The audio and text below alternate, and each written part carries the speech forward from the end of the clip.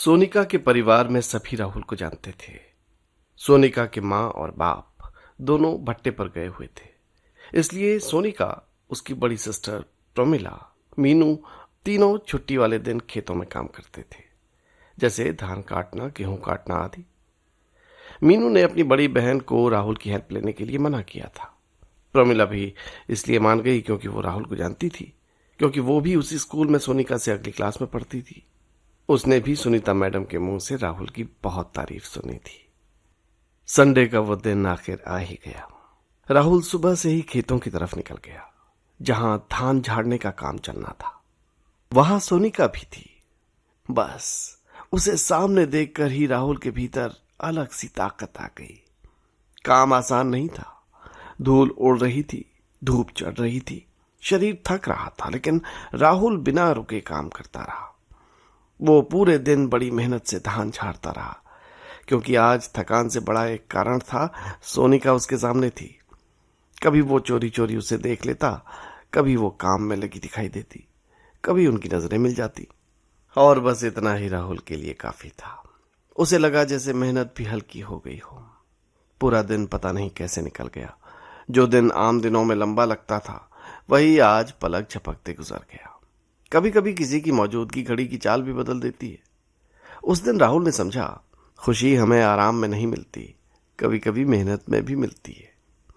जब शाम तक काम खत्म हो गया तो खेतों पर धीरे धीरे सन्नाटा उतरने लगा। दिन भर की मेहनत के बाद सब घर लौटने की तैयारी करने लगे। तभी मीनू समझदारी से अपनी बड़ी बहन परमिला को आगे लेकर चल दी। पीछे सिर्फ दो लोग रह गए, राहुल और सोनिका। कुछ पल दोनों चुपचाप चलते रहे। हवा हल्की थी, सूरज ढल रहा था और खेतों के रास्ते सुनहरे लग रहे थे। सोनिका ने खेत के किनारे थोड़ी लकड़ियां इकट्ठी कर रखी थीं। जाते जाते उसने राहुल की तरफ देखा और धीमे से कहा, राहुल, ये लकड़ियां मुझे उठवा दो। राहुल समझ गया कि ये सिर्फ लकड़ियां उठाने की बात नहीं थी, वो साथ चलने का बहाना था। उसने बिना कुछ कहे लकड़ियां उठा ली। उस पल राहुल को लगा, कभी कभी प्यार बड़े शब्दों में नहीं आता, वो लकड़ियों के छोटे से बोझ में भी छिपा होता है। उस शाम राहुल थका हुआ जरूर था, लेकिन दिल बहुत हल्का था। राहुल ने जैसे ही लकड़ियां उठाने के लिए हाथ बढ़ाया, उसने हिम्मत करके धीमे से कहा, सोनिका, एक किस मिल जाता तो। ये कहते ही उसका दिल तेज धड़कने लगा। सोनिका कुछ पल चुप रही। उसके चेहरे पर हल्की शर्म उतर आई, नजरें झुक गईं, होठों पर धीमी मुस्कान थी। शाम ढल रही थी, खेतों के रास्ते सुनसान थे और दोनों की धड़कनें जैसे साफ सुनाई दे रही थी। फिर वे धीरे धीरे एक दूसरे के करीब आए, वैसी मासूमियत के साथ जैसे दो लोग जिन्हें प्यार तो था, पर दुनिया का कोई अनुभव नहीं था। उनके होंठ बस हल्के से मिले, न कोई जल्दबाजी, न कोई बनावट, सिर्फ एक मासूम स्वीकार। उस पल राहुल को लगा, कुछ एहसास शब्दों से नहीं, बस एक स्पर्श से समझ आते हैं। फिर दोनों हल्के से अलग हुए और बिना कुछ कहे मुस्कुरा दिए। शायद दोनों को पता था, ये पल छोटा था, लेकिन याद बहुत लंबी रहने वाली थी। राहुल जैसे खुशी से भर गया था। उसे लग रहा था जैसे दुनिया अचानक हल्की हो गई हो। दिन भर की थकान गायब थी। पैर जमीन पर थे, लेकिन मन आसमान में। सोनिका और राहुल अब साथ साथ घर की ओर चलने लगे। राहुल के मन में बहुत सवाल थे। सबसे पहला सवाल तो यही था कि जब राहुल ने पहली बार सोनिका को प्रपोज किया था, क्या सच में उसकी जिंदगी में उस समय कोई और था? राहुल ने थोड़ी हिम्मत करके पूछ ही लिया, सोनिका, क्या सच में तुम्हारी जिंदगी में कोई और था जब तुमने मुझसे कहा था कि मैं किसी और की अमानत हूं? सोनिका थोड़ी सी असहज हुई, फिर बोली, राहुल, सच तो यह है कि मैं कभी नहीं चाहती थी कि मेरी वजह से तुम्हारी पढ़ाई पर कोई असर पड़े, इसलिए उस समय वही कहना मुझे ठीक लगा। ऐसा सुनकर राहुल थोड़ा खुश भी हुआ और इस बात को ज्यादा न खींचते हुए बस इतना पूछा कि क्या तुम भी मुझसे उस समय प्यार करती थी? सोनिका थोड़ी सी हिचकिचाई, फिर बोली, हाँ राहुल, मैं भी तुमसे प्यार करती थी। ये सुनते ही राहुल खुश हो गया। अब शाम उतर चुकी थी। खेतों से आती मिट्टी की खुशबू, धीमी हवा और उनके बीच की चुप्पी भी मीठी लग रही थी। राहुल बार बार मुस्कुरा देता, फिर खुद को संभालता। कुछ देर चलने के बाद उसने बातों बातों में कहा, सोनिका, पता है मेरा दोस्त टोनी मुझसे क्या कहता है? वो कहता है कि तू सोनिका से इतना प्यार करता है तो शादी कर ले उसके साथ। ये कहते समय राहुल हंसने की कोशिश कर रहा था, लेकिन उसके शब्दों में मजाक से ज्यादा सच्चाई थी। वो जानना चाहता था, क्या सोनिका भी इस प्यार को सिर्फ आज तक मानती है या फिर उम्र भर तक? सोनिका चुप रही, लेकिन उसके चेहरे पर आई हल्की मुस्कान राहुल के दिल की धड़कन और बढ़ा गई। कुछ बातें जवाब से नहीं, साथ चलते हुए कदमों से समझ आती। राहुल के शब्द सुनकर सोनिका कुछ पल चुप रही, फिर उसने धीमी आवाज में कहा, राहुल, तुम्हें पता है गांव में शादी नहीं हो सकती। उसकी आवाज में न गुस्सा था न इनकार, बस एक सच्चाई थी। वो आगे बोली नहीं, लेकिन दोनों बहुत कुछ समझ रहे थे। ऊपर से राहुल पर भी कई जिम्मेदारियां थीं। घर की हालत, भविष्य, पढ़ाई, परिवार की उम्मीदें, सब उसके कंधों पर था। और सोनिका की जिंदगी भी आसान नहीं थी। उसके अपने घर की मजबूरियां थीं, अपनी सीमाएं थीं।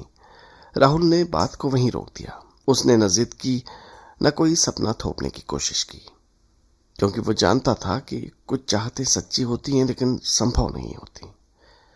दोनों साथ तो चल रहे थे, लेकिन अब उनके बीच सिर्फ रास्ता नहीं था, एक समाज भी चल रहा था।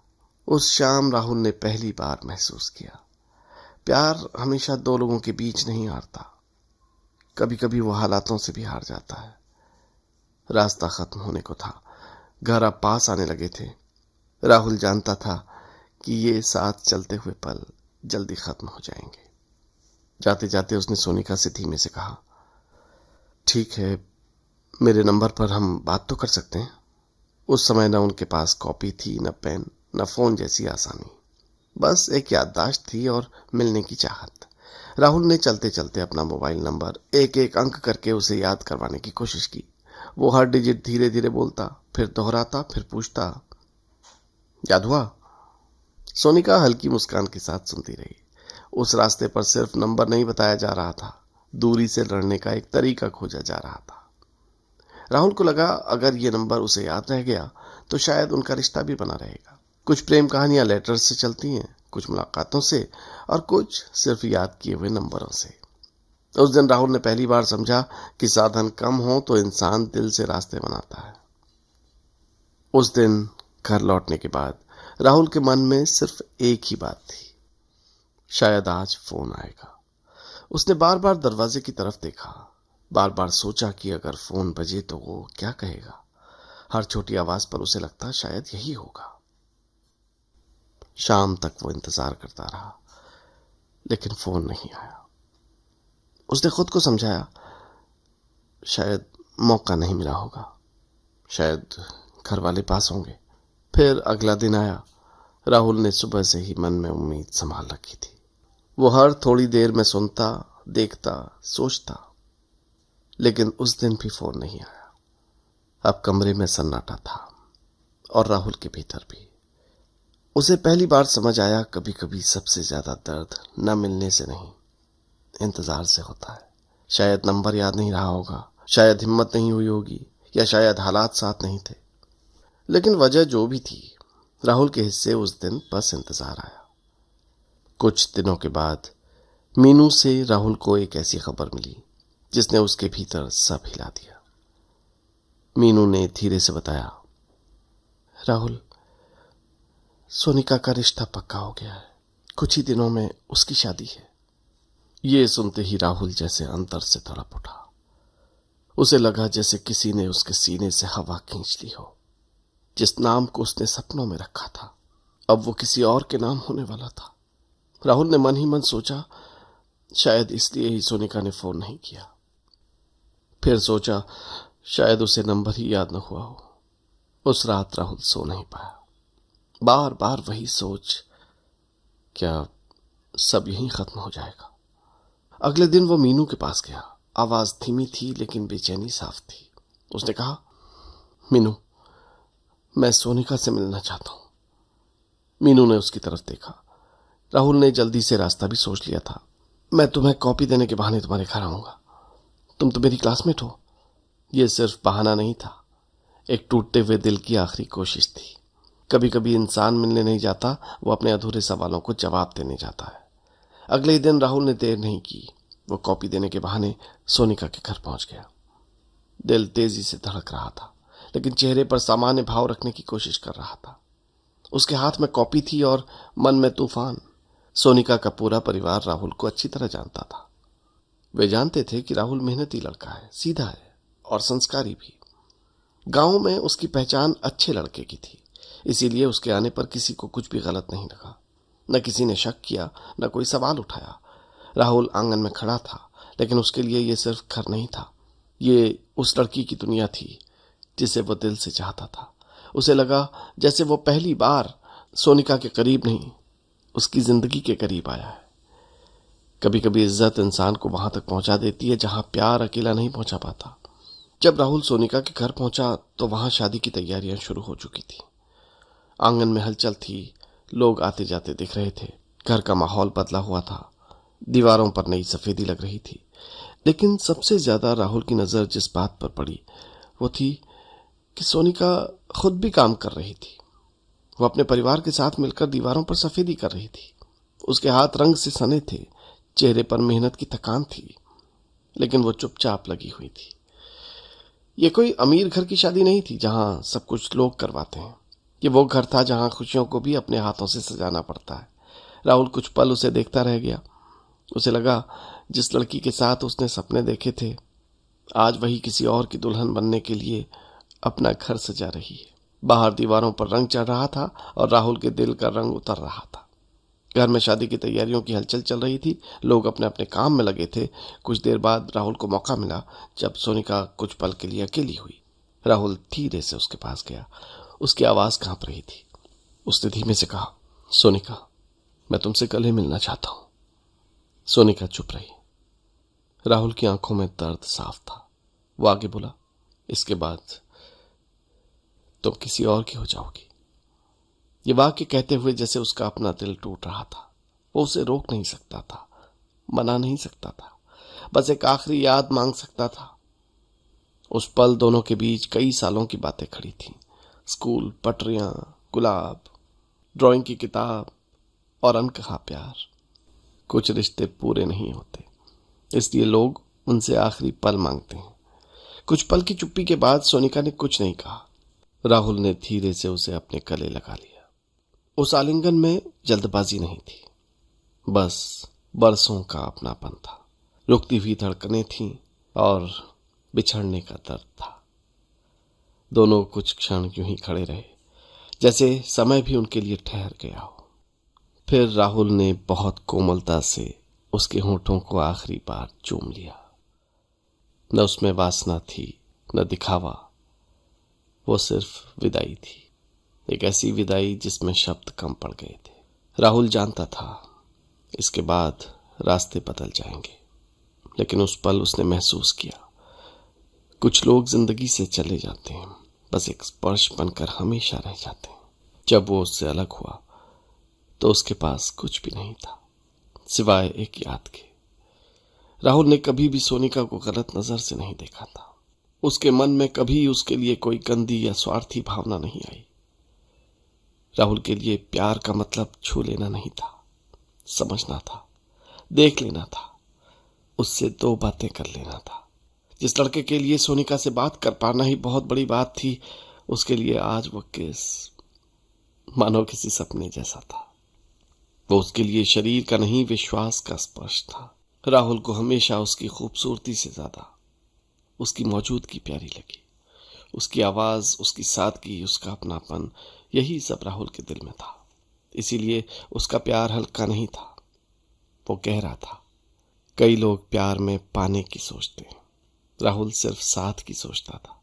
और शायद इसी वजह से उसकी मोहब्बत अधूरी होकर भी बहुत ऊंची लगती थी। उस दिन घर पर कोई नहीं था। राहुल के पास समय भी था, मौका भी था, और वो लड़की भी सामने थी जिससे वो बरसों से प्यार करता था। दुनिया शायद कहती आज बहुत कुछ किया जा सकता था, लेकिन राहुल का दिल दुनिया जैसा नहीं था। उसने सोनिका के साथ कुछ भी गलत नहीं किया। न उसने उसकी मजबूरी का फायदा उठाया, न अकेलेपन का, न अपने प्यार का, क्योंकि राहुल के लिए प्यार का मतलब हक जताना नहीं था, इज्जत देना था। उसके लिए आज मिला वो आखिरी साथ, वो गले लगना, वो विदाई, यही बहुत बड़ी बात थी। उसने समझ लिया था जिसे दिल से चाहो उसे चोट नहीं देते।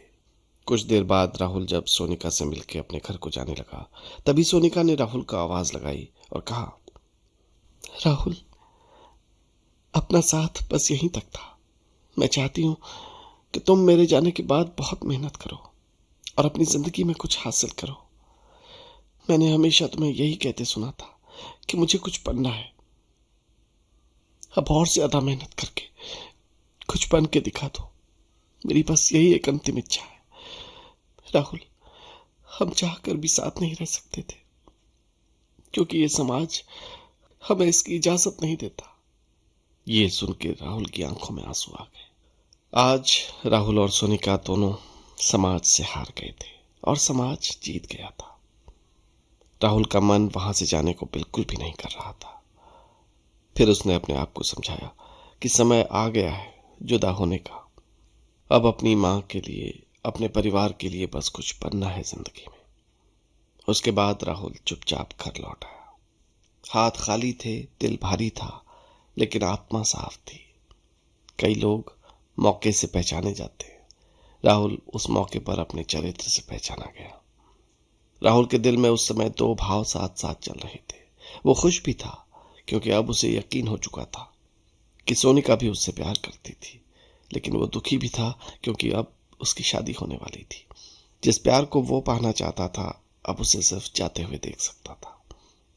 कुछ दिनों बाद सोनिका ने अपनी बहन मीनू के हाथों राहुल को अपनी शादी में आने का निमंत्रण दिया। उसके शब्द सामान्य थे, लेकिन राहुल के लिए वो निमंत्रण आसान नहीं था। कैसे वो उस लड़की की शादी में जाता जिसे उसने दिल से चाहा था? कैसे वो मुस्कुरा कर देखता जब कोई और उसका हाथ थामे? राहुल ने साफ इनकार कर दिया। उसने कोई बहाना नहीं बनाया, बस मना कर दिया, क्योंकि कुछ जगहों पर जाना इंसान के बस में होता है और कुछ जगहों पर न जाना दिल की मजबूरी होती है। राहुल उसे दुखी नहीं करना चाहता था, लेकिन खुद को तोड़ना भी नहीं चाहता था। उस दिन उसने समझा, कभी कभी प्यार का सबसे कठिन रूप दूर रहना होता है। वही दिन, जिस दिन सोनिका की शादी थी। सर्दी का मौसम था, हवा में ठंडक थी, लेकिन राहुल के भीतर बेचैनी जल रही थी। उससे घर पर रुका नहीं गया। उसने मन ही मन तय कर लिया था, आज मैं शादी में जाऊंगा। राहुल उसके लिए गिफ्ट भी लेकर आया था, एक सुंदर राधा कृष्ण की मूर्ति। शायद वो देना चाहता था वो सब कुछ जो शब्दों में नहीं कह पाया। लेकिन जब सोनिका के घर जाने का समय आया, राहुल हिम्मत नहीं जुटा पाया। कदम आगे बढ़ते फिर रुक जाते। दिल चाहता था जाए, आत्मा टूटने से डरती थी। आखिरकार उसने वो मूर्ति अपने ही घर के मंदिर में रख दी, जैसे अपने अधूरे प्यार को भगवान के हवाले कर दिया हो। शाम को शादी का समय हुआ। राहुल फिर भी खुद को नहीं रोक पाया।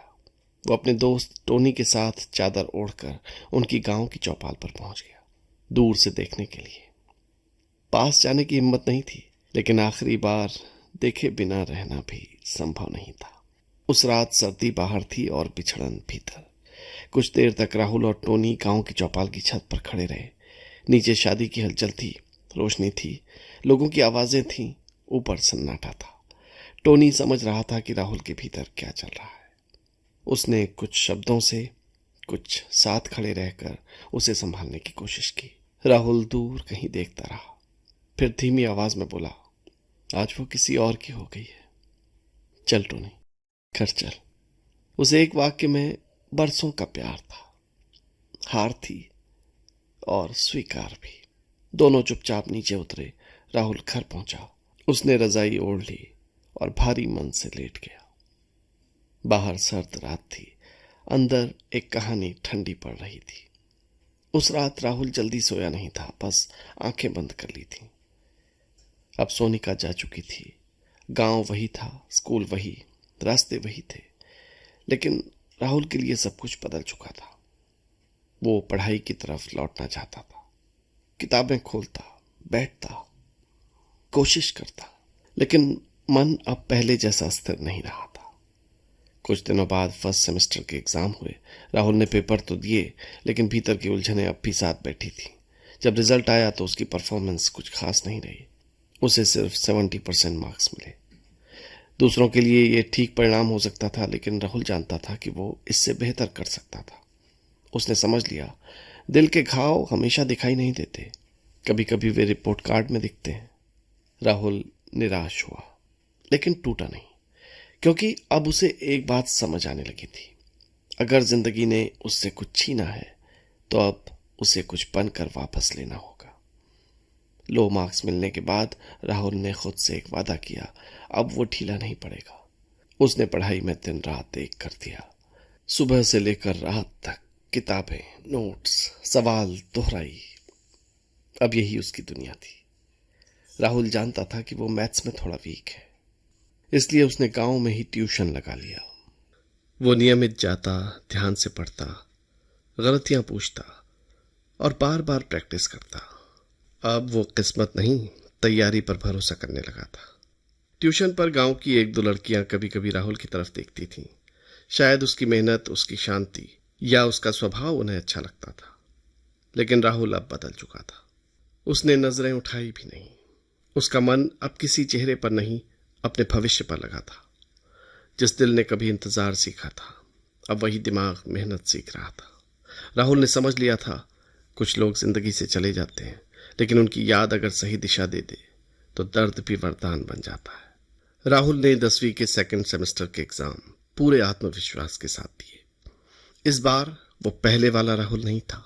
अब उसके भीतर अनुशासन था, मेहनत थी और खुद को साबित करने की आग थी।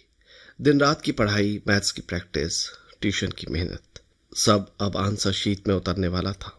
जब रिजल्ट आया तो राहुल की आंखें कुछ पल के लिए वहीं ठहर गई। उसने 90% मार्क्स हासिल किए थे। सेकंड सेमेस्टर में यह शानदार प्रदर्शन था। अब उसकी कुल परसेंटेज 82% हो गई थी। राहुल क्लास में सेकंड आया। पहले स्थान पर सुमित था और उससे भी सिर्फ 3-4 नंबर ज्यादा। ये हार नहीं थी, ये घोषणा थी, क्योंकि जो लड़का कभी पीछे छूट गया था वह आज सबसे आगे वालों के बीच खड़ा था। राहुल मुस्कुराया। उसे समझ आ गया, किस्मत तेज नहीं भागती, मेहनत भागती है। उस दिन रिपोर्ट कार्ड में सिर्फ नंबर नहीं थे, राहुल की वापसी लिखी थी। जो लड़का कभी लोगों की नजरों में सिर्फ 5th पास था, आज वो पूरी क्लास में ओवरऑल सेकंड था और सेकंड सेमेस्टर में फर्स्ट आया था। राहुल के लिए ये सिर्फ रिजल्ट नहीं था, ये उसकी सालों की लड़ाई का जवाब था। जिसने बीच में पढ़ाई छोड़ी, फिर दोबारा शुरू की, फिर से दौड़ लगाई और अब आगे वालों में आकर खड़ा हो गया। यह उसके लिए बहुत बड़ी बात थी। जब गांव और स्कूल के लोगों को पता चला तो सबने उसकी बहुत तारीफ की। जो लोग पहले बस देखते थे, अब रुककर पूछते थे, राहुल कैसे किया? कुछ टीचर्स खुश थे, कुछ पड़ोसी हैरान थे और घर वालों की आंखों में गर्व था। राहुल चुपचाप सुनता रहा, क्योंकि वो जानता था लोग अक्सर मेहनत के दिनों में नहीं आते, लेकिन परिणाम के दिन जरूर आते हैं। उस दिन उसे पहली बार लगा उसने सिर्फ मार्क्स नहीं लिए, उसने अपनी पहचान बदल दी। अब राहुल ने 10वीं पास कर ली थी। एक बड़ा पड़ाव पार हो चुका था, लेकिन अब असली सवाल सामने था, आगे क्या करना है?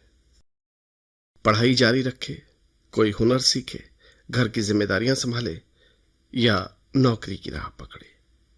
राहुल सोच में डूबा हुआ था। तभी उसे अचानक एक पुरानी घटना याद आई। वो समय था जब वो 8वीं क्लास में था। शाम का समय था। दुकान से सामान लेकर वो घर लौट रहा था। रास्ते में अंधेरा था, गली सुनसान थी और ठंडी हवा चल रही थी। तभी एक अनजान आदमी सामने आया था। राहुल उसे बिल्कुल नहीं जानता था। उस आदमी ने उसे रोका और सीधे कहा, तुम नौकरी में नहीं लग पाओगे, तुम बिजली का काम सीख लो। इतना कहकर वो आगे बढ़ गया। राहुल कुछ समझ ही नहीं पाया था। न उसने नाम पूछा, न वो आदमी फिर कभी दिखाई दिया। बरसों बाद भी ये बात राहुल के मन में जिंदा थी। आज जब भविष्य सामने खड़ा था, उसे वही आवाज फिर सुनाई दी। वो आज तक उसके लिए एक राज था। वो आदमी कौन था? कोई साधारण राहगीर, कोई समझदार व्यक्ति, या किस्मत का भेजा हुआ संदेश?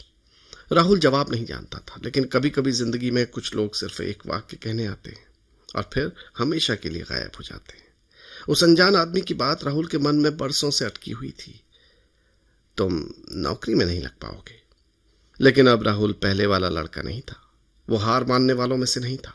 उसने खुद से पूछा, अगर मैं मेहनत करूंगा तो नौकरी क्यों नहीं लगेगी? अगर दूसरे लोग पा सकते हैं तो मैं क्यों नहीं? अगर रास्ता कठिन है तो चलूंगा, अगर समय लगेगा तो इंतजार करूंगा। राहुल ने उसी दिन मन में ठान लिया, वो दिन रात मेहनत करेगा और नौकरी हासिल करके दिखाएगा। अब ये सिर्फ करियर नहीं रहा था, वो खुद को साबित करने की लड़ाई बन चुकी थी। लेकिन राहुल इतना भी समझता था कि सपने देखना आसान है, उसे पाने की कीमत चुकाना कठिन। रास्ता लंबा था, पैसे कम थे, जिम्मेदारियां थी, मार्गदर्शन कम था। फिर भी उसके भीतर आग जल चुकी थी। कुछ लोग भविष्य सुनकर डर जाते हैं, राहुल ने भविष्य सुनकर मेहनत शुरू कर दी।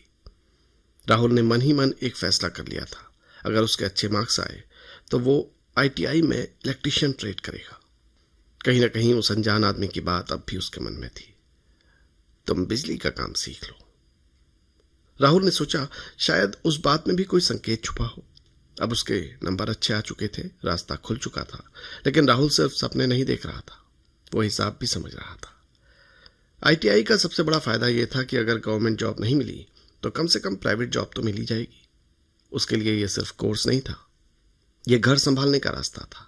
राहुल जानता था कि परिवार को सहारे की जरूरत है, उसे किसी तरह आगे बढ़ना था, चाहे छोटी नौकरी से चाहे बड़ी नौकरी से, लेकिन रुकना नहीं था।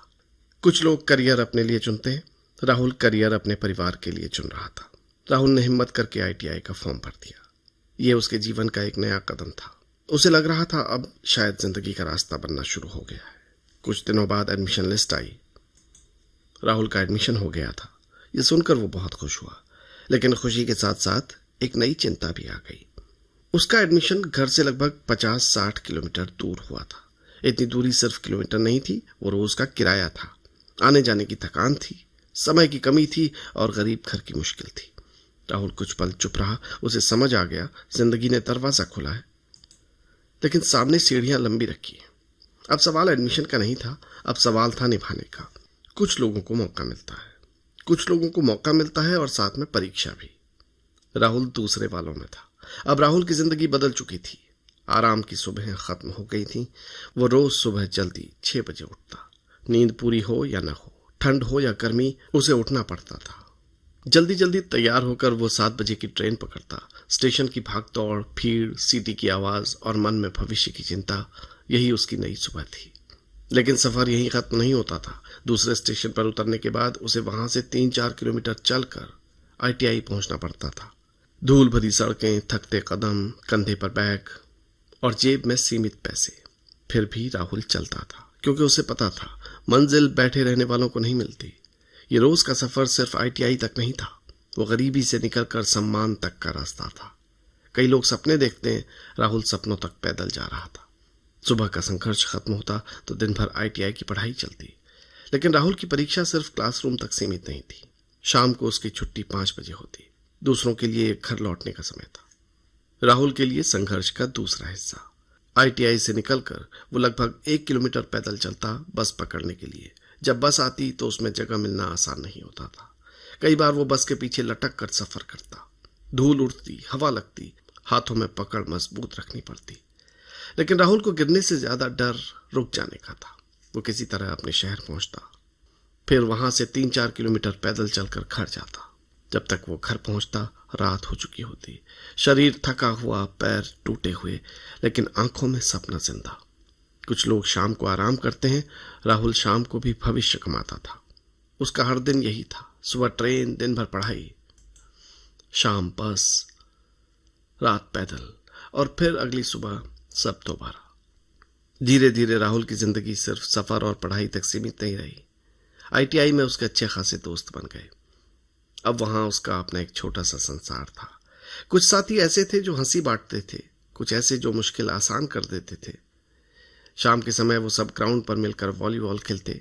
दिन भर की थकान, ट्रेन का सफर, पैदल चलना, सब कुछ थोड़ी देर के लिए भूल जाता था। राहुल गेंद के पीछे दौड़ता, हंसता, चिल्लाता और कई दिनों बाद खुद को हल्का महसूस करता। कई बार ऐसा भी होता कि टीचर क्लास में नहीं आता, तब राहुल और उसके दोस्त ITI के पीछे लगे बड़े बरगद के पेड़ के नीचे चले जाते। वहां बैठकर ताश खेलते, मजाक करते और अपनी अपनी कहानियां सुनाते। संघर्ष के दिनों में ऐसे छोटे पल बहुत बड़े होते हैं। राहुल समझने लगा था, जिंदगी सिर्फ मंजिल नहीं होती, रास्ते में मिलने वाले लोग भी होती है। राहुल अब सिर्फ संघर्ष नहीं कर रहा था, वो जी भी रहा था। एक तरफ वो पढ़ाई में पूरा जोर लगा रहा था, दूसरी तरफ दोस्तों के साथ जी भरकर मस्ती भी कर रहा था। इतनी खुली हुई मस्ती उसने स्कूल के दिनों में भी नहीं की थी। वहां जिम्मेदारियां थीं, संकोच था, पुराने घाव थे, लेकिन यहाँ आईटीआई में उसकी जिंदगी का दूसरा रंग खुल रहा था। कई बार पूरी क्लास के लड़के पास के गांवों में बनी नहर में नहाने चले जाते। पानी में कूदना, हंसना, छपाछप करना, कुछ देर के लिए सब परेशानियां बह जाती। कई बार वे सब मिलकर कहीं भंडारा खाने भी निकल जाते। जब टीचर पूछता कहाँ थे सब, तो कोई तुरंत जवाब दे देता, सर किसी सिस्टर की शादी थी, वहीं गए थे, और पूरी क्लास हंसी रोकते हुए सिर झुका लेती। राहुल भी मुस्कुराता था, क्योंकि उसने समझ लिया था कि जिंदगी सिर्फ मेहनत से नहीं चलती, थोड़ी हंसी भी होनी चाहिए। राहुल की जिंदगी आसान नहीं थी। दिन में वो आईटीआई में पढ़ता था, क्लास अटेंड करता था, नोट्स बनाता, प्रैक्टिकल सीखता और भविष्य के सपने संभालता। लेकिन उसकी कहानी शाम के बाद खत्म नहीं होती थी। कई बार रात को वो पड़ोस के लड़कों के साथ शादियों में फ्रूट कटिंग के काम पर चला जाता। सेब काटना, केले सजाना, फल की प्लेट तैयार करना, रात देर तक खड़े रहना, ये सब सिर्फ कुछ रुपये कमाने के लिए था, ताकि घर में थोड़ा सहारा पहुंच सके। राहुल जानता था, गरीब घरों के लड़कों को सिर्फ पढ़ना नहीं पड़ता, कमाना भी पड़ता है। रात देर से घर लौटता, थका हुआ सोता और फिर सुबह वही ट्रेन पकड़ लेता। कई बार दिन में क्लास में उसे नींद आने लगती, आंखें भारी हो जाती, शरीर जवाब देने लगता, लेकिन वो फिर भी बैठा रहता, क्योंकि उसे मालूम था थकान अस्थायी है, जिम्मेदारी नहीं। कुछ लोग उम्र से बड़े होते हैं, राहुल हालातों से बड़ा हो गया था। लंच के समय पूरी क्लास मिलकर खाना खाती थी। दिन भर की भाग दौड़, क्लास की बातें, मजाक और भूख, सब उसे एक घड़ी में साथ बैठ जाते थे। राहुल भी अपना टिफिन लेकर आता था। अक्सर उसके डिब्बे में अचार और सूखी रोटी होती थी। कभी कभी किसी दिन एक आध बार सब्जी भी होती थी, लेकिन राहुल ने कभी शिकायत नहीं की। वो चुपचाप बैठकर रोटी तोड़ता और दोस्तों के साथ हंसते हुए खाता। उसके दोस्त भी अपने डब्बे खोलते, कोई सब्जी आगे कर देता, कोई पराठा बांट देता, कोई मजाक कर देता। सब मिलजुल कर प्यार से खाना खाते। वहां किसी की थाली बड़ी नहीं थी, किसी की छोटी नहीं, सब बराबर थे। राहुल ने समझा, गरीबी स्वाद कम कर सकती है, लेकिन साथ हो तो खाना मीठा लगने लगता है।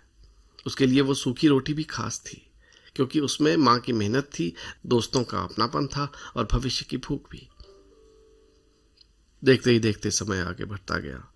सुबह की ट्रेन, लंबे पैदल रास्ते, क्लासरूम की पढ़ाई, दोस्तों की हंसी, रात की मेहनत, थकान भरे दिन, सब मिलकर राहुल की जिंदगी बन गए थे। जो सफर शुरू में कठिन लगता था, धीरे धीरे आदत बन गया। जो रास्ते लंबे लगते थे, अब रोज के साथी बन चुके थे। राहुल को खुद भी पता नहीं चला कि उसके 2 साल कब बीत गए। संघर्ष में समय तेज भागता है। जब इंसान हर दिन लड़ रहा होता है, तो कैलेंडर चुपचाप बदलता रहता है। राहुल ने मेहनत नहीं छोड़ी, मस्ती भी की, दोस्ती भी निभाई, लेकिन लक्ष्य कभी नहीं भूला। आखिरकार उसने आईटीआई अच्छे मार्क्स से कंप्लीट कर ली। रिजल्ट उसके हाथ में था, लेकिन असली सफलता मार्क्स नहीं थे। असली सफलता यह थी कि वो बीच रास्ते में रुका नहीं। जो लड़का कभी सोच रहा था कि आगे क्या करे, आज वो एक हुनर लेकर खड़ा था और अब जिंदगी का अगला दरवाजा उसके सामने खुलने वाला था। राहुल ने सिर्फ आईटीआई ही पूरी नहीं की थी, उसने साथ साथ नियोस से 12th भी पास कर ली थी। दिन में स्किल सीखना, सफर करना, मेहनत करना और साथ ही पढ़ाई जारी रखना, यह आसान नहीं था, लेकिन राहुल अब आसान रास्तों का लड़का रहा भी नहीं था। वो जानता था कि जिंदगी ने उससे 4 साल छीन लिए थे और अब अगले उन सालों को एक एक दिन करके वापस लेना चाहता था। उसे जल्दी थी, दूसरों से आगे निकलने की नहीं, खुद के खोए हुए समय तक पहुंचने की। इसलिए वो रुकता नहीं था। जब लोग एक काम करके थक जाते थे, राहुल 2 रास्तों पर चल रहा था, आईटीआई भी, 12th भी और भविष्य की चिंता भी। कुछ लोग उम्र के साथ बड़े होते हैं, राहुल जिम्मेदारियों के साथ बड़ा हुआ था। अब उसके पास क्वालिफिकेशन भी थी, स्किल भी थी, भूख भी। आईटीआई पूरी होने के बाद राहुल फिर एक मोड़ पर खड़ा था। अब सवाल था कि आगे क्या किया जाए। उसने सोचा कि अब कोचिंग लेनी चाहिए ताकि गवर्नमेंट एग्जाम की तैयारी शुरू हो सके। उसके सपने अब छोटे नहीं रहे थे, लेकिन सपना और जेब अक्सर साथ नहीं चलते। कोचिंग के लिए चाहिए थे पैसे, और राहुल के पास पैसे नहीं थे। उसी समय गांव में एक पार्क का निर्माण हो रहा था। राहुल वहीं मजदूरी पर लग गया। ईंट उठाना, रेत डालना, धूप में काम करना, पसीना बहाना, अब यही उसकी कोचिंग फीस थी। जिन लड़कों के साथ वो कभी पढ़ता था, वे कई बार उसे काम करते हुए देखते, कुछ हैरान होते, कुछ चुप रहते, कुछ शायद सोचते भी होंगे, लेकिन राहुल को कोई फर्क नहीं पड़ता था, क्योंकि वो जानता था कि जो हाथ आज मिट्टी उठा रहे हैं वही कल अपॉइंटमेंट लेटर भी उठाएंगे। उसे शर्म नहीं थी, उसे जल्दी नहीं थी।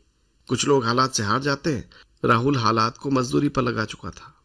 पार्क में मजदूरी करते हुए राहुल पैसे जोड़ रहा था। हर कमाई का मतलब था कोचिंग के थोड़ा और करीब पहुंचना।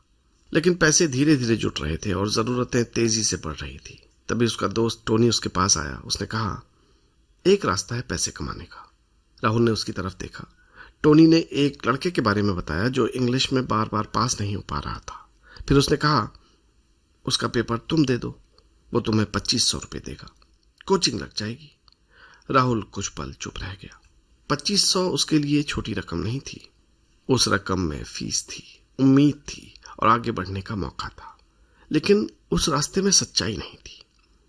अब सवाल पैसे का नहीं था। सवाल यह था कि राहुल अपनी मजबूरी चुनेगा या अपना चरित्र।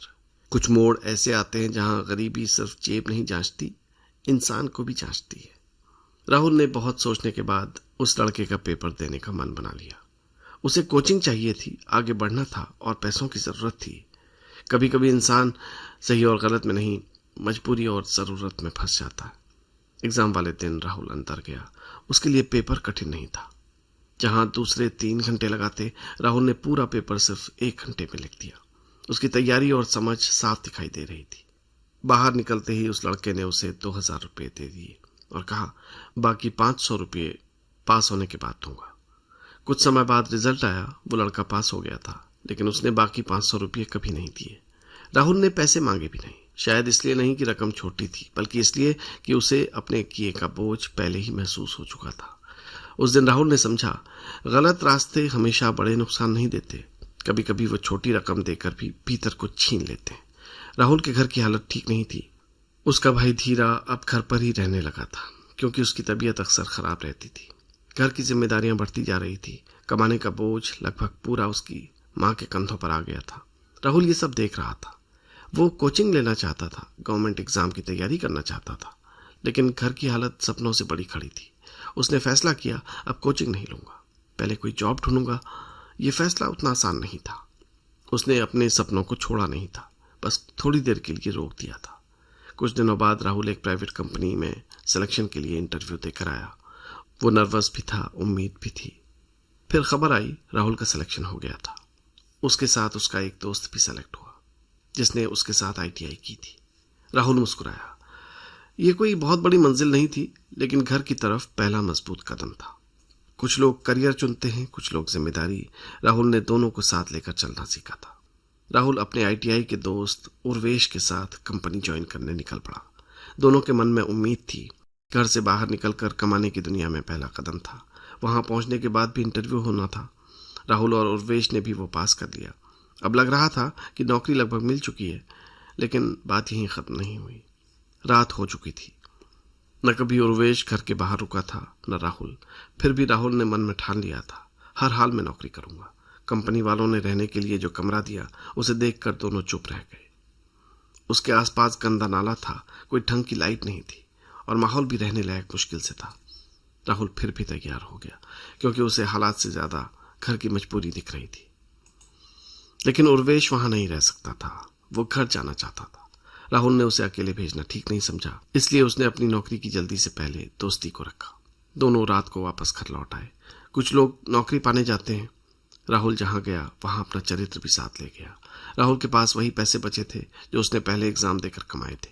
उन्हीं पैसों से वो पहले कंपनी तक गया था और अब भी कुछ रुपये उसके पास बाकी थे।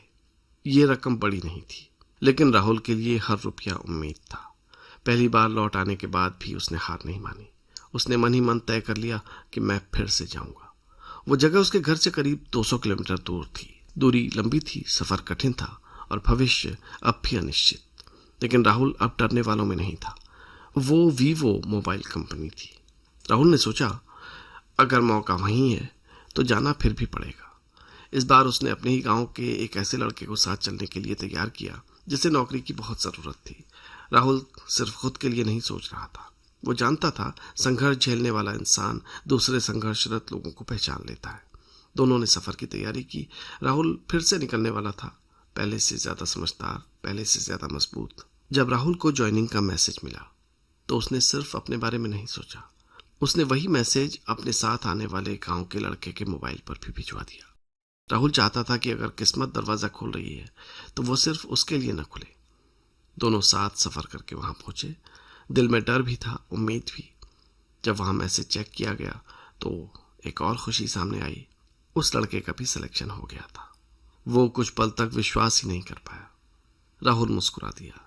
उसे अपने सिलेक्शन से जितनी खुशी हुई थी, लगभग उतनी ही इस बात से भी हुई, क्योंकि उसने समझ लिया था असली जीत वो नहीं जो सिर्फ खुद तक रहे। दो बेरोजगार लड़के अब एक नई शुरुआत के सामने खड़े थे। उनकी जेबें शायद अब भी हल्की थीं, लेकिन हौसले भारी हो चुके थे। कुछ लोग मौका मिलने पर आगे बढ़ते हैं, राहुल मौका मिलने पर किसी और को भी साथ ले चला। सिलेक्शन तो हो गया था, दोनों लड़कों के चेहरे पर खुशी थी। उन्हें लग रहा था कि अब जिंदगी बदलने वाली है। लेकिन राहुल जल्दी समझ गया कि नौकरी मिलना और टिक जाना दोनों अलग बातें हैं। शाम होते होते फिर वही काली रात सामने खड़ी थी। अब सवाल सैलरी का नहीं था, आज रात सोएंगे कहाँ। राहुल और उसके साथ आया गांव का लड़का एक आदमी के पास गए जो कंपनी की बस चलाता था। उन्होंने रूम के बारे में पूछा। अंकल ने उन्हें देखा, उनकी हालत समझी, फिर कहा, कल दिलवा सकता हूं, आज की रात जैसे तैसे काट लो। ये सुनकर दोनों चुप हो गए। दिल में सिलेक्शन की खुशी थी, रात में रहने की चिंता। यही गरीब लड़कों की कहानी होती है, दिन सपनों का, रात इंतजाम की। राहुल ने गहरी सांस ली। उसे फिर वही पुराना सबक याद आया। मंजिल मिलने से पहले रास्ता कई बार सोने की जगह भी छीन लेता है।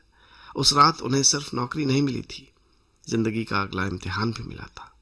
फिर दोनों शाम को निकल पड़े। राहुल और उसके साथ आया लड़का सुरजीत कंपनी से बाहर चलने लगे। वो जगह बिल्कुल सुनसान थी। आसपास दूर दूर तक सिर्फ खेत ही खेत थे, न बाजार, न रौनक, न कोई पहचान। दोनों चलते जा रहे थे, मन में चिंता भी थी और उम्मीद भी। काफी आगे चलने के बाद उन्हें एक मंदिर दिखाई दिया। उसी समय जैसे अंधेरे में रोशनी मिल गई हो। दोनों ने वहां जाकर पुजारी से बात की और रात रुकने के लिए पूछा। पुजारी ने उनकी हालत समझी और मान गया। ये सुनकर दोनों ने राहत की सांस ली।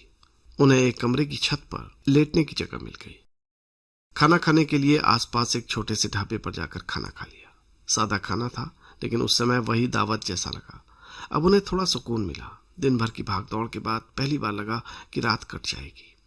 उस रात उन्होंने जाना, कभी कभी छत छोटी होती है, लेकिन राहत बहुत बड़ी होती है। और जैसे तैसे उन्होंने वो रात काट ली। अगले दिन दोनों ने फिर बस अंकल ड्राइवर से बात की।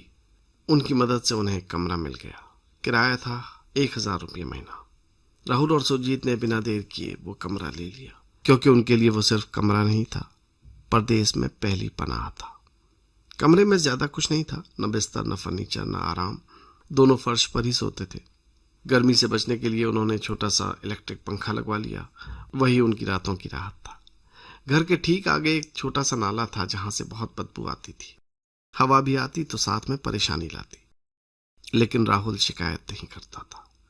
वो जानता था कुछ लोग एसी वाले कमरों से शुरू करते हैं, कुछ लोग बदबूदार गलियों से। मंजिल दोनों की अलग नहीं होती। उस कमरे में सुविधा कम थी, लेकिन उम्मीद बहुत थी। अब राहुल की जिंदगी नौकरी के हिसाब से चलने लगी थी। वो रोज 10-12 घंटे की शिफ्ट करता। मशीनों का शोर, लगातार काम, शरीर की थकान और समय की पाबंदी, यही उसका नया संसार था।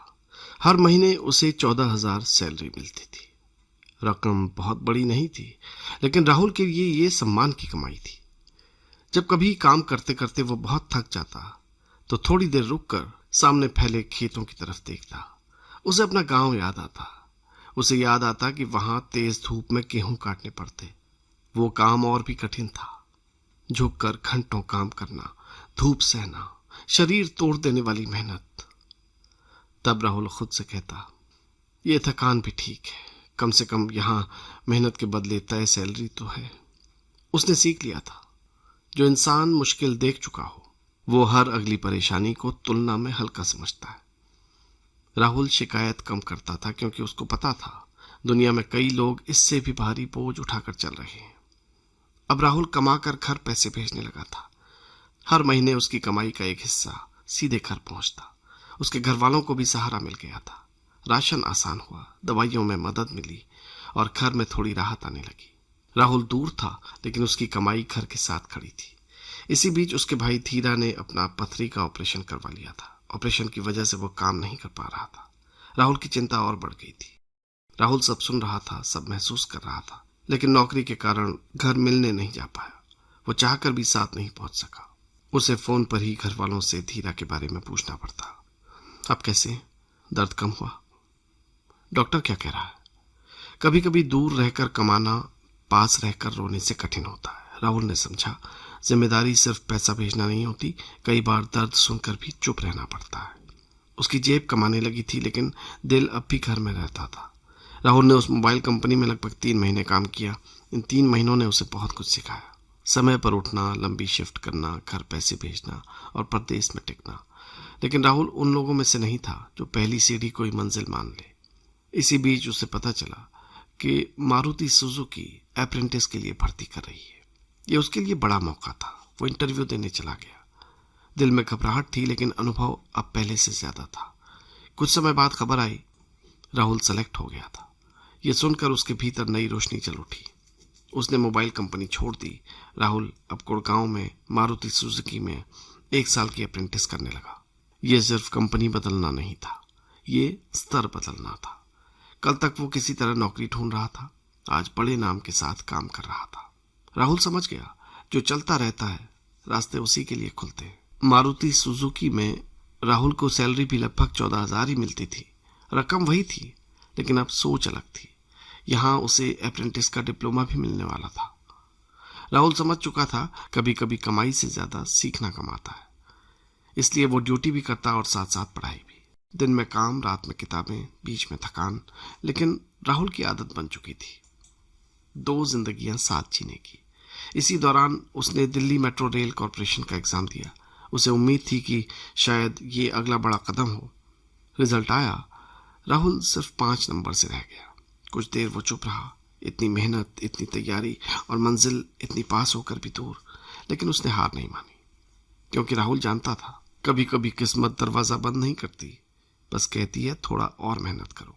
उस दिन उसे दुख हुआ, लेकिन आग भी लगी। वो 5 नंबर का गैप राहुल को तोड़ नहीं पाया, उल्टा उसी ने उसे होप दी। राहुल ने सोचा, अगर मैं इतने पास पहुंच सकता हूं तो मैं कर भी सकता हूं। अब हार उसे फेलियर नहीं लग रही थी, वो प्रूफ लग रही थी। उसने धीरे धीरे जो थोड़ा बहुत कर्ज था वो भी उतार दिया। ये उसके लिए बड़ी राहत थी। अब पहली बार उसके पास अपने लिए कुछ पैसे बचे थे। मारुति सुजुकी मारुति की अप्रेंटिस भी उसने पूरी कर ली थी। सर्टिफिकेट मिला, अनुभव मिला और आत्मविश्वास भी। अब राहुल ने साफ सोच लिया, मैं सिर्फ कोचिंग करूंगा। घर वापस आते ही उसने एक कोचिंग इंस्टीट्यूट में अपने ही पैसों से एडमिशन करवा लिया। यह सिर्फ एडमिशन नहीं था, वो खुद पर लगाया गया पहला निवेश था। कल तक वो घर चलाने के लिए कमाता था, आज वो भविष्य बनाने के लिए खर्च कर रहा था। राहुल बदल चुका था। अब वो सिर्फ मेहनती लड़का नहीं था, अब वो तैयार योद्धा था। राहुल अब समय की कीमत समझ चुका था। वो जानता था जो साल पीछे छूट गए थे उन्हें वापस लाने का एक ही तरीका है, लगातार आगे बढ़ना। इसी सोच के साथ उसने इग्नू से बीए में एडमिशन लिया, साथ ही कोचिंग भी शुरू की। अब उसकी जिंदगी फिर से टाइम टेबल पर चलने लगी। सुबह तैयारी, दिन में क्लासेस, नोट्स, प्रैक्टिस और कंपटीशन की चिंता। लेकिन राहुल यहीं नहीं रुका था। कोचिंग के बाद वो सीधा लाइब्रेरी जाता, जहां दूसरे लोग क्लास के बाद आराम करते थे। राहुल क्लास के बाद दूसरी पढ़ाई शुरू करता था। लाइब्रेरी की शांति, किताबों की खुशबू, टेबल पर झुका हुआ सिर, यही अब उसका नया संसार था। उसने समझ लिया था, भाग्य इंतजार करने वालों से नहीं, तैयार रहने वालों से मिलता है। अब राहुल सिर्फ एग्जाम की तैयारी नहीं कर रहा था, वो अपनी नई पहचान लिख रहा था। अब राहुल की दुनिया बहुत सीमित हो चुकी थी। वो ज्यादा घर के बाहर नहीं जाता था। उसकी जिंदगी बस पढ़ाई, कोचिंग और लाइब्रेरी के बीच चल रही थी। उसका सबसे करीबी दोस्त टोनी भी उसके साथ इंस्टीट्यूट जाता, फिर लाइब्रेरी में बैठता। दोनों अब सिर्फ दोस्त नहीं थे, एक दूसरे के संघर्ष के साथी थे। इसी बीच टोनी का बिजली बोर्ड में सिलेक्शन हो चुका था। यह सुनकर राहुल को भी बहुत खुशी हुई। उसे लगा, अगर टोनी कर सकता है तो मैं भी कर सकता हूँ। लेकिन खुशी अधूरी रह गई। कोर्ट केस की वजह से टोनी की ज्वाइनिंग नहीं हुई। सिलेक्शन लिस्ट में नाम था, लेकिन नौकरी अभी दूर थी। राहुल ने यह सब देखा और ज्यादा मेहनत करने लगा, क्योंकि अब उसके सामने एक जीता जागता उदाहरण था। मंजिल मिलती है, बस कभी कभी देर से। राहुल कोचिंग के दौरान लगातार मेहनत कर रहा था। सुबह क्लासेस, फिर लाइब्रेरी, घर आकर रिवीजन। उसकी जिंदगी अब सिर्फ एक ही दिशा में चल रही थी, सरकारी नौकरी। इसी दौरान उसने रेलवे ग्रुप डी का फॉर्म भर दिया। कुछ दिन बाद उसका एग्जाम था। उसका, उर्वेश और टोनी तीनों का एग्जाम सेंटर कुरुक्षेत्र आया था। तीनों रात को स्टेशन पर पहुंच गए। राहुल का भाई धीरा रात को टोनी और राहुल को बाइक से छोड़ने के लिए रेलवे स्टेशन पर आया।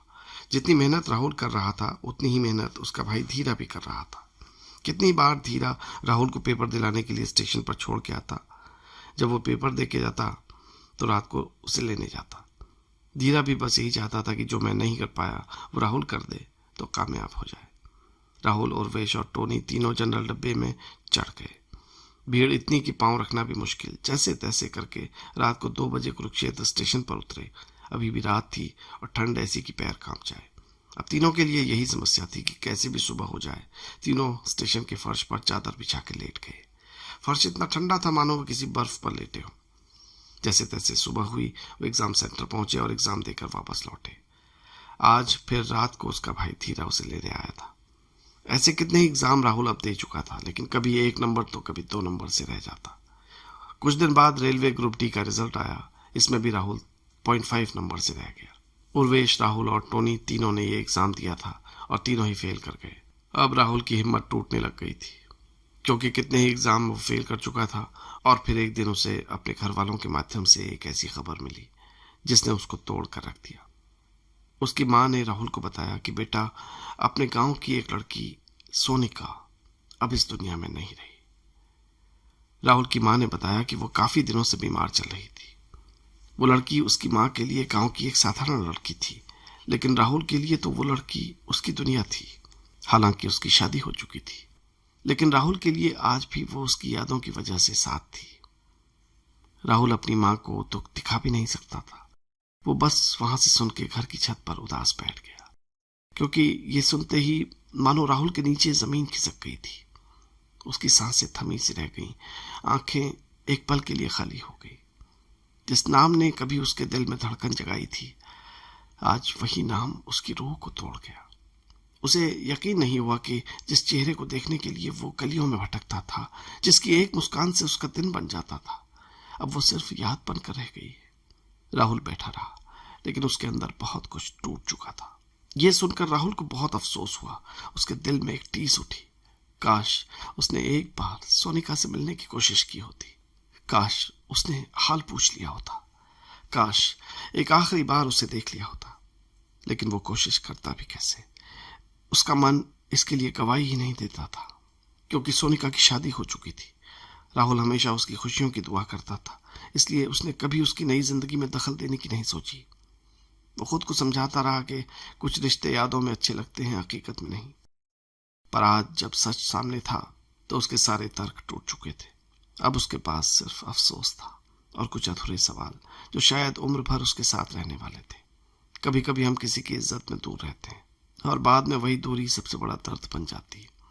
वो अपने बार बार फेल होने का दुख भूल गया, क्योंकि इतना बड़ा दुख का पहाड़ उसके ऊपर आ गिरा था। कभी कभी इंसान रोता नहीं, बस अंदर से हमेशा के लिए बदल जाता है। राहुल अब टूट चुका था। उसके भीतर सब कुछ जैसे थम गया था। जब ये बात टोनी को पता चली तो वो तुरंत राहुल के पास पहुंच गया। वो जानता था कि कुछ दर्द ऐसे होते हैं जिन्हें शब्द नहीं भर सकते, बस किसी अपने का साथ थोड़ा संभाल सकता है। टोनी ने राहुल के कंधे पर हाथ रखा और धीमे से कहा, राहुल, मैं जानता हूं ये तेरे लिए आसान नहीं है, लेकिन तू खुद को यूं तोड़ मत। कुछ लोग जिंदगी से चले जाते हैं, पर उनकी यादें हमें जीना सिखा जाती हैं। राहुल चुप था। उसकी आंखें नम थी, लेकिन टोनी की मौजूदगी उसे एहसास दिला रही थी कि वो इस दर्द में अकेला नहीं है। कभी कभी टूटे हुए इंसान को सलाह नहीं, बस एक सच्चे दोस्त की जरूरत होती है। टोनी ने उसे याद दिलाया कि सोनिका भी चाहती थी कि तुम अपनी जिंदगी में कुछ बनो। उसने राहुल के कंधे पर हाथ रखकर कहा, राहुल, तू ऐसे हार नहीं मान सकता। तुझे याद है ना, सोनिका हमेशा तेरी मेहनत की कदर करती थी। वो चाहती थी कि तू आगे बढ़े, कुछ बनकर दिखाए और अपनी पहचान बनाए। राहुल खामोशी से उसकी बातें सुनता रहा। टोनी फिर बोला, आज अगर वो यहां होती तो तुझे यूं टूटा हुआ कभी नहीं देखना चाहती। वो यही चाहती कि तू अपने आंसू पोंछकर फिर से खड़ा हो जाए। ये शब्द राहुल के दिल में उतर गए। दर्द अभी भी था, लेकिन उसी दर्द के बीच उम्मीद की एक छोटी सी किरण फिर जाग उठी। अब राहुल ने पहले से भी ज्यादा मेहनत शुरू कर दी। उसने पूरी तरह अपने आप को बदल दिया था। अब वो टोनी से भी कई कई दिनों के बाद मिलता था। घर से लगभग बिल्कुल बाहर नहीं निकलता था। उसकी दुनिया अब बस दो चीजों तक सिमट गई थी, मेहनत और यादें। वो घंटों किताबों में डूबा रहता, रात देर तक जाग कर पढ़ता, सुबह जल्दी उठकर फिर से लग जाता। जब भी थकान उसे रोकने की कोशिश करती, उसे सोनिका की वही बात याद आ जाती, राहुल मेरे लिए कुछ बन के दिखा देना। बस यही शब्द उसके लिए हौसला बन गए थे। अब वो सिर्फ अपने लिए नहीं, उस अधूरी मोहब्बत की चाहत के लिए भी मेहनत कर रहा था। टोनी कई बार उसे बुलाने आता, लेकिन राहुल मुस्कुराकर बस इतना कहता, नहीं नहीं, अभी बहुत कुछ करना बाकी है। दर्द अब भी उसके अंदर था, लेकिन अब वही दर्द उसकी ताकत बन चुका था। कभी कभी कुछ लोग हमें छोड़कर चले जाते हैं, लेकिन जाते जाते हमारी जिंदगी की दिशा बदल जाते हैं। राहुल ने फिर रेलवे टेक्नीशियन का एग्जाम दिया। ये रास्ता आसान नहीं था। हर भर्ती में 3 एग्जाम थे, हर स्टेज पर कंपटीशन, प्रेशर और हजारों उम्मीदवार। लेकिन राहुल अब पहले वाला लड़का नहीं था। उसने संघर्ष से पेशेंस सीखा था, जॉब से डिसिप्लिन सीखा था और असफलताओं से स्ट्रैटेजी सीखी थी। और सोनिका के वो अंतिम शब्द कि राहुल कुछ बन के दिखाना है, यही उसकी ताकत थी। पहला एग्जाम आया, राहुल क्लियर कर गया। दूसरा एग्जाम आया, फिर क्लियर। अब आखिरी पड़ाव बचा था। राहुल ने पूरी ताकत लगा दी। जब रिजल्ट आया, उसने तीसरा एग्जाम भी क्लियर कर दिया। तीनों दरवाजे पार हो चुके थे। कुछ देर वो चुप बैठा रहा। उसे अपने पुराने दिन याद आए, सूखी रोटी, ट्रेन का सफर, मजदूरी, फैक्ट्री शिफ्ट, लाइब्रेरी की रातें। अब सब मेहनत आंसर दे रही थी। कुछ जीत अचानक नहीं मिलती, वो सालों की किश्तों में बनती है। जब फाइनल रिजल्ट आया, राहुल कांपते हाथों से लिस्ट देखने लगा। उसकी धड़कन तेज थी, आंखें एक एक नाम पढ़ रही थी। फिर अचानक उसे अपना नाम दिखाई दिया। कुछ पल के लिए वो स्क्रीन को देखता रह गया। उसे विश्वास ही नहीं हुआ। उसने दोबारा देखा, तीसरी बार देखा, नाम वही था, राहुल। इतने सालों की मेहनत, हार, इंतजार, संघर्ष, सब एक लाइन में लिखा हुआ था, राहुल। उसकी आंखें भर आई। उसे याद आया सुबह की ट्रेन, मजदूरी, फैक्ट्री शिफ्ट्स, लाइब्रेरी की रातें, सूखी रोटी, माँ का चेहरा और सोनिका के वो अंतिम शब्द, राहुल कुछ बनना है तुम्हें। उनकी बदौलत ही राहुल आज ये कर पाया। हालांकि नौकरी इतनी बड़ी नहीं थी, लेकिन राहुल के लिए ये बहुत बड़ी बात थी। वो दौड़कर अपनी माँ के पास गया। उसने सबसे पहले अपनी माँ को बताया। आवाज भर्रा गई थी, माँ, हो गया। शायद माँ ने पूरे शब्द नहीं सुने होंगे, लेकिन बेटे की आवाज में जीत पहचान ली होगी। उस पल राहुल को समझ आया, कुछ सफलताएं अपनी नहीं लगती, वे माँ की लगती। उस दिन रिजल्ट सिर्फ राहुल का नहीं था, पूरे घर का था। जब राहुल अपनी पढ़ाई, कोचिंग और एग्जाम की लड़ाई लड़ रहा था, उसी समय घर की जिंदगी भी बदल चुकी थी। उसकी सिस्टर अलसी की शादी 2014 में ही हो गई थी। एक जिम्मेदारी पूरी हुई, घर से बेटी विदा हुई और माँ के मन में खालीपन भी आया। उसके भाई धीरा ने भी अपना नया मकान बना लिया था। अब वो अलग रहने लगा था। इस तरह राहुल की नौकरी लगने के पहले ही घर का पुराना रूप बदल चुका था। अब उस घर में सिर्फ 2 लोग रह गए थे, राहुल और उसकी माँ। राहुल बाहर से संघर्ष कर रहा था और घर अंदर से शांत हो चुका था। दीवारें वही थी, आंगन वही था, लेकिन आवाजें कम थी। शायद इसी वजह से राहुल और ज्यादा मेहनत करता था, क्योंकि अब उसे पता था इस घर की उम्मीद बहुत हद तक उसी पर टिकी थी। राहुल और टोनी ने साथ पढ़ाई की थी, साथ कोचिंग गए थे, साथ लाइब्रेरी में घंटे बिताए थे। दोनों के सपने भी लगभग एक जैसे थे, सरकारी नौकरी, घर का सहारा और सम्मान की जिंदगी। इस बीच कोर्ट केस की रुकावट खत्म होने के बाद टोनी ने राहुल से लगभग 4-5 महीने पहले बिजली बोर्ड ज्वाइन कर लिया था। यह खबर सुनकर राहुल को बहुत खुशी हुई। उसे अपने दोस्त पर गर्व था। जिस लड़के के साथ उसने बचपन बिताया, आज वही नौकरी पर पहुंच चुका था। राहुल ने यह भी महसूस किया कि अगर दोस्त मंजिल तक पहुंच सकता है तो मेरी भी राह दूर नहीं। टोनी का नौकरी लगना राहुल के लिए जेलसी नहीं था, मोटिवेशन था। दोस्ती की असली पहचान यही है, एक आगे बढ़े तो दूसरा जलता नहीं, जल उठता है मेहनत से। राहुल और टोनी की दोस्ती सिर्फ साथ घूमने या बातें करने तक सीमित नहीं थी, वो एक दूसरे की राहें भी आसान करते थे। टोनी जिस एग्जाम से बिजली बोर्ड तक पहुंचा, उसे दिलवाने राहुल खुद उसके साथ गया था। राहुल चाहता था कि उसका दोस्त भी आगे बढ़े। समय आगे बढ़ा। जब राहुल मारुति सुजुकी में था, तब जिस पोस्ट पर बाद में राहुल ने ज्वाइनिंग की, उसका फॉर्म भी टोनी ने भरवाया था, राहुल के कहने पर। हाँ, फीस राहुल ने खुद दी थी, लेकिन फॉर्म भरने से लेकर प्रोसेस तक टोनी उसके साथ खड़ा था। यही उनकी दोस्ती थी। कभी राहुल रास्ता दिखाता, कभी टोनी हाथ पकड़ता। दोनों एक दूसरे को आगे बढ़ा रहे थे। कुछ दोस्त साथ नहीं चलते, वे आगे बढ़ाते हैं। उनकी कहानी में कंपटीशन कम था, सहारा ज्यादा था। नौकरी लगने के बाद जब राहुल को अपनी पहली सैलरी मिली, तो उसने अपने लिए कुछ नहीं खरीदा। न नए कपड़े, न जूते, न कोई शौक। वो सीधा घर आया। उसने पूरी सैलरी माँ के हाथ में रख दी। कुछ पल के लिए घर में सन्नाटा छा गया। माँ ने शायद रुपये देखे होंगे, लेकिन राहुल ने उनमें अपनी सालों की मेहनत देखी थी। सुबह की ट्रेन, मजदूरी, फैक्ट्री शिफ्ट्स, लाइब्रेरी की रातें, सब उस सैलरी में शामिल थे। उस पल राहुल को लगा आज सच में कमाया। इसी बीच उसके भाई धीरा पर नया मकान बनाने की वजह से जो कर्ज था, उसे भी राहुल ने अपनी सैलरी से उतरवाना शुरू कर दिया। उसके लिए फैमिली अलग अलग लोग नहीं थे, एक ही जिम्मेदारी थी। कुछ लोग अपनी पहली तनख्वाह से सपने खरीदते हैं। राहुल ने अपनी पहली तनख्वाह से बोझ उतारा। उस दिन घर में पैसे कम आए थे, लेकिन सुकून बहुत आया था। नौकरी लगने के लगभग 1 साल बाद राहुल ने भी शादी कर ली। घर में नई खुशियां आई। जिस लड़के ने कभी संघर्षों में जवानी बिताई थी, अब उसकी जिंदगी में स्थिरता आने लगी थी। लेकिन राहुल यही नहीं रुका। उसने शादी के बाद भी पढ़ाई जारी रखी। ड्यूटी, घर की जिम्मेदारियां और साथ में एग्जाम की तैयारी।